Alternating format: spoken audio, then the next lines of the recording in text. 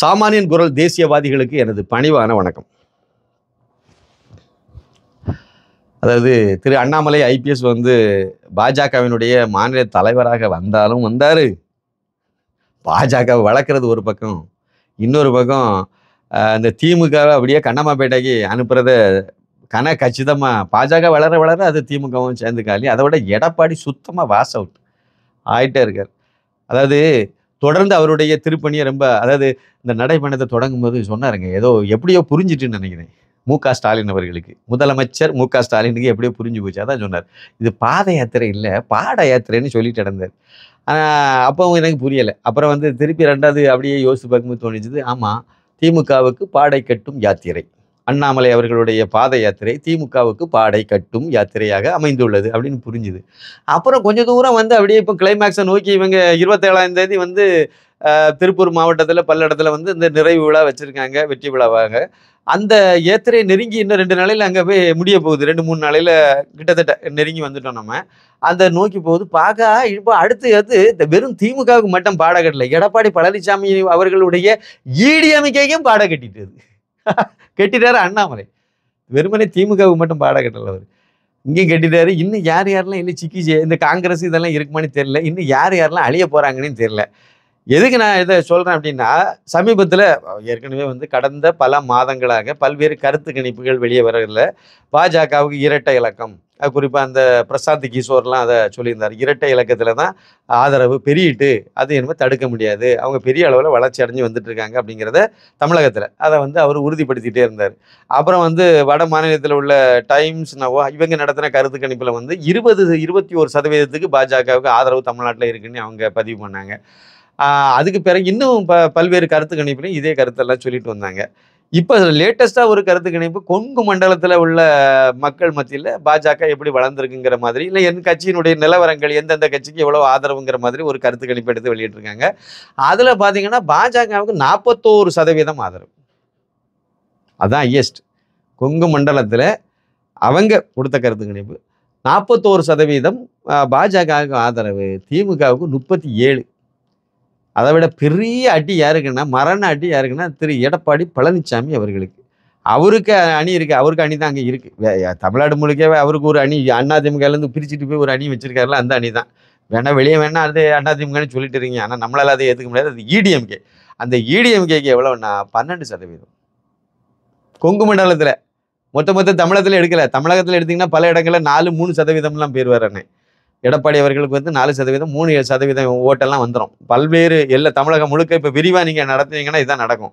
ஆனால் கொங்கு மண்டலத்திலே 12% அப்படியே டொங்கின்னு கீழே வந்துட்டு, திமுக 37ன்னு சொல்லியிருக்காங்க. அதுவும் கீழே இறங்கியிருக்கும் அப்படிங்கிறது தான் என்னுடைய இது. இப்போவே கூட சரி, அந்த கருத்து கணிப்பையே நம்ம அப்படியே நேர்மையாகவே நம்ம எடுத்துக்கிட்டதை அப்படியே நம்ம அதை அப்படியே எடுத்துக்கிடுவோம் அப்படிங்கிற பாயிண்டாக நம்ம அப்படியே 37% திமுகவுக்கு ஆதரவு இருக்குன்னு எடுத்தால் கூட பாஜக 41க்கு போயிட்டு. அப்போ இனிமேல் பாஜகவை வீழ்த்தணும்னா திரு எடப்பாடி பழனிசாமி அவர்களும் ஸ்டாலின் அவர்களும் கூட்டணி வைக்கணும். அப்போ தானே இது 37, அது ஒரு 12, அப்போ 37 ஒரு 10, 47, 49% ஆயிரும். அப்படின்னா பாஜகவோட அது மேலே வந்துடும். இதைத்தான் நான் சொல்லிகிட்டே இருக்கேன். 2026 அடுத்து நடக்கக்கூடிய சட்டமன்ற தேர்தலில், குறிப்பாக அந்த பாராளுமன்ற தேர்தல் முடிஞ்ச பிறகு பாருங்கள், எடப்பாடி அவர்களுடைய நிலவரத்தை பாருங்கள். ஸ்டாலின் கூட போய் கூட்டணி வைப்பார். அதை டிஎம்கே கூட போய் இந்த இடிஎம்கே கூட்டணி வைக்கும். அதான் தலையெழுத்து. ஏன்னா இவர் சின்ன பின்னமே ஒன்றும் இல்லாமல் போயிடுவார். அதே சமயத்தில் திமுகவும் கிட்டத்தட்ட அதே நிலவரம் தான், அதுவும் போக போகுது. அதுவும் ஒன்றும் இல்லாமல் தான் அதுவும் போக போகுது. அந்த பக்கத்தில் பார்த்தீங்கன்னா அதை உண்மையான அதிமுகன்னு நிரூபிக்கிற வகையில் திரு ஓ. பன்னீர்செல்வம் அவர்கள், அப்புறம் தினகரன் அவர்கள், அப்புறம் இந்த சசிகலா, அந்த அம்மா, இவங்கெல்லாம் சேர்ந்து ஒரு அணியை உருவாக்கி கொண்டு வந்துட்டு இருக்காங்கல்ல, அந்த அவங்களுடைய ஆதரவு பார்த்தீங்கன்னா கண்டிப்பாக 4-5 எம்பி இந்த வாட்டி வெற்றி பெறுவாங்க. இந்த பாராளுமன்ற தேர்தலில் அவங்க எடுப்பாங்க. கண்டிப்பாக 4-5 கண்டிப்பாக அவங்களுக்கு கிடைக்கும், எம்பிக்கள் கிடைக்க வாய்ப்பு பிரகாசமாக இருக்குது. அப்படியே அவங்க வரும்போது அதான் ஒரிஜினல் அதிமுகன்னு ஆயிரும். அப்படின்னா அதிமுக நிர்வாகிகள் இப்போ இவர் போட்டு வச்சிருக்க நிர்வாகிகளை பிச்சுக்கிட்டு அந்த பக்கம் ஓடி போயிடுவாங்க. அதுக்கு முன்னாடி பாஜக பக்கம் நிறைய பேர் வந்துட்டு இருக்காங்க, நிறைய பேர் வந்துடுவாங்க. இந்த கோயம்புத்தூர் இப்போ அந்த நடைபயணத்தினுடைய இறுதி பல்லடத்தில் வச்சுருக்காங்கல்ல, அந்த நிகழ்ச்சியில் கூட ஒரு 16 பேர் அங்கே இருந்து அதாவது குறிப்பாக எடப்பாடி பக்கம் இப்போ இருக்கக்கூடிய முன்னாள் அதிமுக அமைச்சர்கள், நிர்வாகிகள் அப்படியெல்லாம் இருந்த இந்த முக்கியமான பதவிகளை வகித்ததில் 16 பேர் அங்கேருந்து இங்கே வரதா ஒரு தகவல். அதை தெரிஞ்சுக்கிட்டு தான் ஜெயக்குமார் வந்து அதை பிள்ளை பிடிக்கிற வேலையை செய்கிறாரு, பையனை பிடிக்கிற வேலையை செய்கிறாருன்னு சொல்லிட்டு அண்ணாமலையை வந்து குற்றச்சாட்டி பேட்டி கொடுத்துட்டு நடந்தார். நான் என்ன கேட்குறேன்னா, நிர்மல்குமாரை வந்து பிடிச்சிட்டு போனாங்க பிஜேபியில் இருந்தவரை வந்து அங்கே நாங்கள் பிடிச்சிட்டு ஓடுனாங்க. அது வந்து என்னது பையன் பிடிக்கிற வேலையோ? இல்லை அது என்னது இது ஆள் பிடிக்கிற வேலை இல்லையா அது? சரி பாத்திமாலியே பிடிச்சிட்டு போனீங்க, அது வந்து என்ன கணக்கில் வரும்? அது பொம்பளை பிடிக்கிற வேலைன்னு சொல்லுவீங்களோ? அவங்கள இப்போ யாரை போய் எங்கே கூப்பிட்டாலும், நீங்கள் எவ்வளவுதான் பணம் கொடுத்தாலும் அவங்களுக்குன்னு வரணும்னு விருப்பம் இருந்தால் மட்டும் வருவாங்க. இங்கேருந்து அவங்க வந்தாங்கன்னா அண்ணாமலை ஐபிஎஸ்க்கு மேலே இவர் நிர்மல்குமாருக்கு ஏதோ அவருக்கு பர்சனலாக ஏதோ கோபம் வந்துட்டு, சரி அதனால் நான் உங்களுக்கு பழி தீர்க்கிறேங்கிற மாதிரி போனார். நீங்கள் அவர் தேவர் முக்குலத்தோர் சமுதாயத்தை சேர்ந்தவருங்கிறனால அவர் வந்தால் முக்குலத்தோர் ஓட்டெல்லாம் அண்ணா எடப்பாடிக்கு பின்னாடியே வந்து அணிவகுத்து வந்துடுவாங்க அப்படிங்கிற மாதிரி நீங்கள் அவருக்கு வேறு என்னெல்லாம் அஜெண்டா கொடுத்தீங்களோ, என்னெல்லாம் படம் கொடுத்தீங்களோ, என்ன பண்ணீங்களோ கொடுத்து எடுத்து நீங்கள் செய்தீங்க. அப்படியே நீங்கள் கொண்டு போனீங்க. என்ன லாபம்? ஒரு ஆள் கூட இந்த பக்கம் இருந்து அங்கே வரல. அவர் ஒரு ஆள் தான். அதாங்க பாஜக. பாஜகலேருந்து இப்போ வந்து பாத்திமாலியும் அந்த மேடம் அங்கே அவங்கள வந்து நீங்கள் விலைக்கு வாங்கிட்டு கொண்டு போயிட்டீங்க. என்ன அவங்க மட்டும் தான் போனாங்க, கூடலாம் அவங்க வீட்டுக்காரர் போகிறாங்க. அவ்வளோதானே, அவ்வளோதான், வேற அவ்வளோதான். இந்த மாதிரி நீங்களும் பிள்ளை எல்லா இப்படியும் பிடிச்சாங்க, வேலைக்கு ஆகலை, ஒன்றும் நடக்கலை. இப்போ வந்து விரக்தியின் விளிம்பில் வந்து நிற்கிறாங்க. கண்டிப்பாக இந்த பல்லடத்தில் நடக்கக்கூடிய இந்த நிகழ்ச்சிகள்லாம் பார்த்தீங்கன்னா, நிகழ்ச்சி பிறகெல்லாம் பார்த்தீங்கன்னா, அண்ணாதி எடப்பாடி பழனிசாமி தலைமையிலான அந்த இடிஎம்கே என்ன பாடுபட போன்னு தெரில. அதை விட அந்த பக்கம் பார்த்தீங்கன்னா, காங்கிரஸ்லேருந்து எத்தனை பேர் இங்கே வராங்கன்னு தெரில. விஜயதரணி ஏற்கனவே தொடர்ந்து அது அந்த மேடையில் இங்கே வருவாங்கன்னு தான் நான் நினைக்கிறேன். மேடையில் வச்சு அறிவிக்கிற மாதிரி தான் இருக்கும். அந்த மேடையிலே அவங்க வந்து பிரதமர் முன்னிலையில் கலந்து அந்த பாஜகவில் இணையிற மாதிரி தான் ஒரு பேச்சு சொல்லிட்டு இருக்காங்க. அது சாத்தியப்படும் தான் நினைக்கிறேன். அந்த இறுதி விழாவில் வந்து எண்மண் எண் மக்கள் இறுதி விழாவில் வந்து அந்த கூட்டணியை டிக்ளேர் பண்ணுற மாதிரி தான் ஒரு கருத்து சொல்கிறாங்க.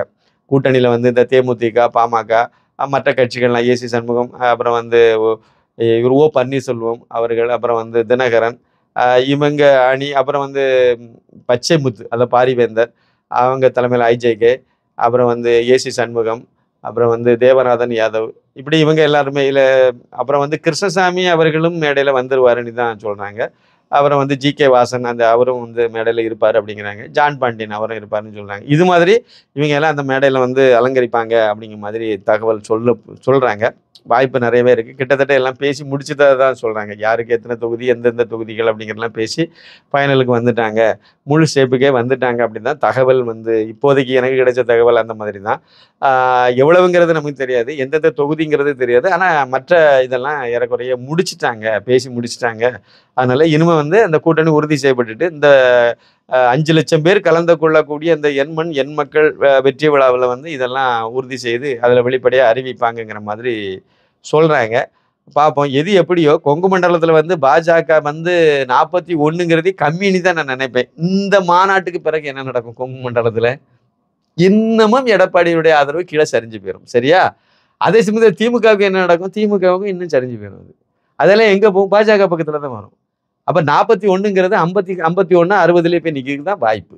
இது இங்கே கொங்கு மண்டலத்தில் மட்டும் இல்லை, ஒட்டுமொத்த தமிழகத்திலையும் இதுதான் நிலவரம்.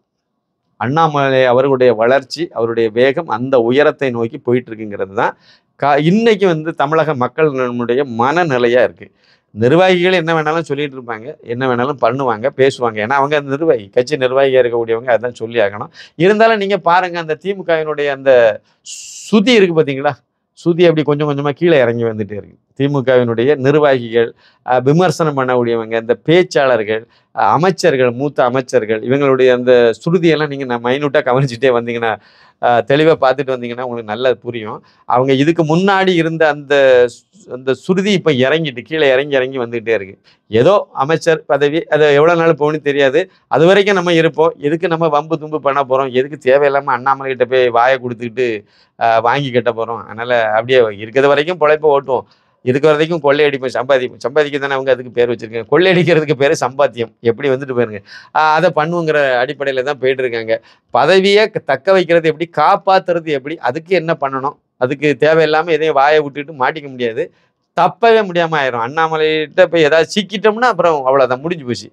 பொன்முடிக்க நிலைமை, அப்புறம் வந்து செந்தில் பாலாஜிக்கு நிலைமை தான் நமக்கு வந்துடும் அப்படிங்கிறது எல்லா மூத்த அமைச்சர்களுக்கும் அந்த எண்ணம் இருக்குது. அதனால் அவங்க பாட்டுக்கு நம்ம பாட்டுக்கு நாம் உண்டு, நம்ம வேலை உண்டுன்னு இருப்போம். நம்ம விளையாண்டு கொள்ளையடிக்க அதை மட்டும் பார்த்துக்கிட்டே போங்கிற மாதிரி அவங்க போயிட்டு இருக்காங்க. நிர்வாகிகளும் அதே மாதிரி தான் இருக்காங்க. நீங்கள் ஒன்றிய அளவுலேயோ இல்லைன்னா அந்த கிளை லெவல்லையோ உள்ள திமுகவினுடைய நிர்வாகிகளை பார்த்தீங்கன்னாலும் முன்னாடியெல்லாம் உடனே சண்டித்தனம் ரவுடித்தனம்லாம் ஒரு அளவே இல்லாமல்லாம் ஆட்டம்லாம் போடுவாங்க. இப்போ பாருங்க பெட்டி பாம்பா அடங்கியிருக்காங்க. பெரிய அளவில் எங்கேயுமே வந்து எங்கேயாவது ஒரு இடத்துல தான் இந்த மாதிரி ஏதாவது சில்மிஷம் பண்ணிட்டு தெரியுது கோஷ்டிகள். பாக்கி பெரும்பாலும் பாருங்கள் இந்த மிரட்டல் எல்லாம் இப்போ இல்லை. அதை நம்ம ஒத்துக்கணும். அதை எனக்கு நல்லாவே தெரியும். அந்த அந்த வகையில் முன்னாடி இருந்ததுக்கு இது ஒரு பெரிய இதில் தான் இருக்காங்க. அதுக்கு காரணம் அண்ணாமலையுடைய வளர்ச்சி, அவருடைய வேகம். இப்போ ஏதாவது இவங்க பண்ணாங்கன்னா அது வெளியே வந்துடும். அப்புறம் யார் பாதிக்கப்படுறாங்களோ அவங்களுக்கு பின்னாடி அண்ணாமலை நிற்கிறார்.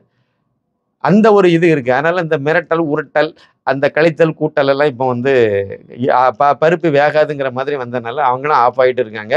இன்னொன்று மக்கள் இந்த பக்கம் திரும்பும்போது ஆட்டோமேட்டிக்காக இது நடக்கும். அதை மக்கள் வந்து அண்ணாமலை பக்கமே அப்படியே ஒட்டு மொத்தமாக சரிஞ்சிட்டு வராங்க, சாஞ்சிக்கிட்டு வராங்க. அந்த ஆதரவு அங்கே இருந்து எல்லாருமே திமுகவினுடைய ஆதரவாளர்களே பாஜக பக்கம் திரும்பிட்டு இருக்காங்க. சமீபத்தில் நம்ம பேசின அந்த முரளிராம் தென்காசியிலேருந்து பேசினார். அவர் வந்து கூட இந்த நாரதர் மீடியாவில் அந்த கருத்தை சொல்லியிருப்பார். 3 திமுக கொடி பறந்த இடத்துல 3 பிஜேபி கொடியாக மாறி போச்சுன்னு அவங்க ஊரில் தென்காசி மாவட்டத்தில் 3 திமுக கொடி பறந்துச்சு. இப்போ வந்து அதெல்லாம் வெட்டி தூரப்பட்டுட்டு அதை 3 வந்து பாஜக கொடி பறந்துட்டு இருக்குன்னு சொல்லியிருப்பார் அந்த பேட்டியில். அந்த மாதிரி வந்து கிரவுண்ட் லெவலில் பெரிய மாற்றங்கள் நிகழ்ந்துட்டு இருக்கு. ஏன்னா எல்லாருமே நல்ல ஆட்சி வரணுங்கிறதுல தெளிவாக இருக்காங்க. கட்சி எந்த கட்சியில் இருந்தாலும் நல்லது நடக்கணுங்கிறதுல நினைக்கிறாங்க. அதனால வந்து அந்த இதெல்லாம் வந்து இப்போ அண்ணாமலைக்கு அந்த தன்மைக்கு கை கொடுக்குறாங்க. அவர் நல்ல மனிதர், அவர் வந்தால் நல்லது நடக்குங்கிற நம்பிக்கை பட்டி தொட்டி எங்கும் பரவி போச்சுது. அதனால பாஜக ஆட்சி வந்து தமிழகத்தில் அமைவது தவிர்க்க முடியாதுங்கிறத ஆகி போச்சுது. அந்த அடிப்படையில் அதுக்கு முன்னக்கூட்டியே 2024 இப்போ 2-3 மாதத்தில் நடக்கக்கூடிய பாராளுமன்ற தேர்தலையும் மிகப்பெரிய 25+ நான் சொல்கிறேன். அது இன்னும் உயரத்துக்கு போகிற மாதிரி தான் எனக்கு சமீபத்தில் பட்டுகிட்டே இருக்குது. அந்த அளவுக்கு பாஜகவினுடைய அணியும் சரி, அதனுடைய செயல்பாடும் சரி, அது முன்னெடுத்துட்டு போகிற விஷயங்களும் சரி, அது வேகமாக மேலே போயிட்டே இருக்குது. ஆதரவு நாளுக்கு நாள் அதிகமாகிட்டே போகுது. அதே சமயத்தில் திமுகவும் சரி, திரு எடப்பாடி பழனிசாமியும் சரி, இவங்களுக்கு இருக்கக்கூடிய செல்வாக்கு சரிஞ்சுக்கிட்டே போகுது. நாளுக்கு நாள் சரியுது. இது கிரவுண்ட் நிலவரம். பொறுத்திருந்து பார்ப்போம். நன்றி, வணக்கம்.